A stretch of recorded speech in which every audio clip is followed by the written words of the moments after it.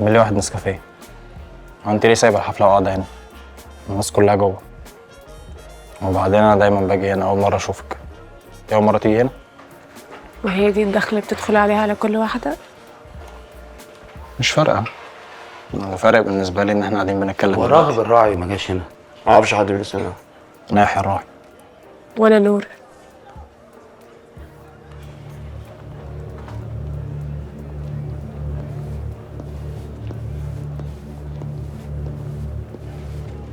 مين؟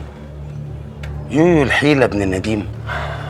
هو بابا عرف انك انت جاي هنا ولا انت جاي لوحدك؟ وانت ما شاء الله اهو دقنك اخضرت وكبرت. بقول لك يا متولي، لو فاكر ان انت وشويه الهلاهيل اللي انت جايبهم دول هتعملوا عليا لقطه تبقى غلطان. بلاش بلاش، عشان انت راجل كبير وانا مش عايز اقل منك. متولي وتقل مني؟ هو انتوا التربية دي ما عدتش على بيتكم نهائي؟ هو بابا ما قالكش ان انا في مقام عمك؟ لا ما قاليش. عارف ما قاليش ليه؟ علشان انت اسمك اقل بكتير قوي من ان هو يتذكر في قصر الراعي يا متولي. بقول لك ايه يالا، لو نديم الراعي بجلالة قدره معرفش يربيك هربيك انا.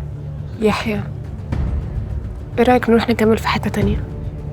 مالكيش دعوه بالحوار ده يا حلوه. مش ده كنا عليها بس. بقول لك نهايتك النهارده وهتشوف. اوعى ايدك، اوعى ايدك يا عم، اوعى.